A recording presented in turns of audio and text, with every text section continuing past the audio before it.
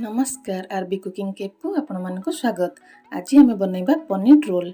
यह बहुत कम समय मध्यरे एवं सहज उपाय चलतु बनैबा। आम प्रथमे गोटे बाउल रे 3 कप मैदा नै जिबा। एबे आम एथिरे गोटे चामच लूण दे देबा, 2 चामच तेल देई एहाकू भलो भाबरे मिसाई देबा। एबे एथिरे आम अल्प अल्प पानी देई एहाकू भलो भाबरे चकटी नेबा। रुटी बनैबा पई आमे जेमिति अटा चकटंती सेही परी मैदा को भलो भाबरे चकटी की गोटे सॉफ्ट डो बनै देबा। एहाकू एबे आमे 15 मिनिट पर्यंत कवर करी रखि देबा। गोटे कड़ाई रे एबे आमे किछि तेल नै जिबा। एथिरे आमे काटी रखिथिबा पनीर की हल्का भाबरे छाणी नेबा। एबे सेही कड़ाई रे 3 रु 4 चामच तेल देई गोटे चामच अदा रसुण रो पेस्ट, 2टी कंचा लंका एवं गोटे बड़ साइज रो पियाज को एही परी काटी सेथिरे देई किछि समय हल्का भाजिबा।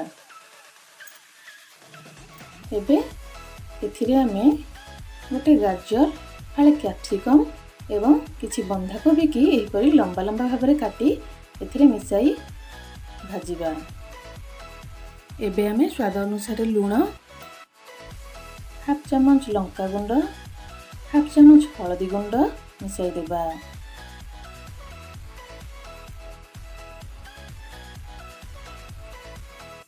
एबे आमे एथिरे हाफ चामच करी पाउडर, गोटे चामच पनीर मसला, गोटे चामच गरम मसला मिसेई किछि समय मीडियम फ्लेम रे भाजिबा। एबे एथिरे आमे गोटे चामच सोया सॉस, 2 चामच टोमेटो सॉस, हाफ चामच चिली सॉस एवं गोटे चामच सेजवान सॉस को देई एहा सहित भलो भाबरे मिसाई देबा। एबे छाणी रखिथिबा पनीर की एथिरे पकेई गोटे मिनिट हाई फ्लेम रे एहाकू भाजिबा।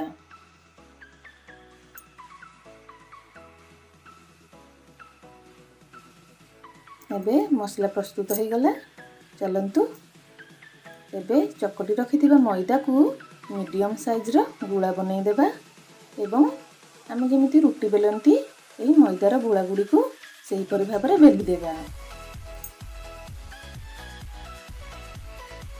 एबे गैस रे गोटे तावा गरम करी रुटी टी के आमे सेकी देबा। रुटी टी दुई पट साइड भलो भाबरे एही परि सेकी नेबे। एथिरे एबे आमे दुई साइड रे तेल देई एहाकू किछि समय भलो भाबरे सेकी देबा।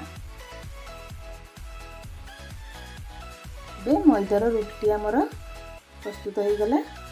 एबे एहाकू आमे प्लेट को काढी नबा। एथिरे एबे आमे गोटे चामच टोमेटो सॉस देई चारियाडे स्प्रेड कर देबा। आमे बनैथिबा मसला को एही परि भाबे एहार मझी रे देई देबा।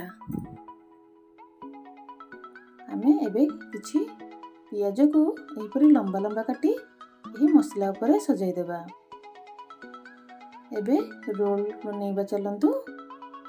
एबे आमे एहाकू एही परि भाबरे फोल्ड कर देबा एवं एहाकू गोटे पेपर द्वारा भलो भाबरे रैप कर देबा।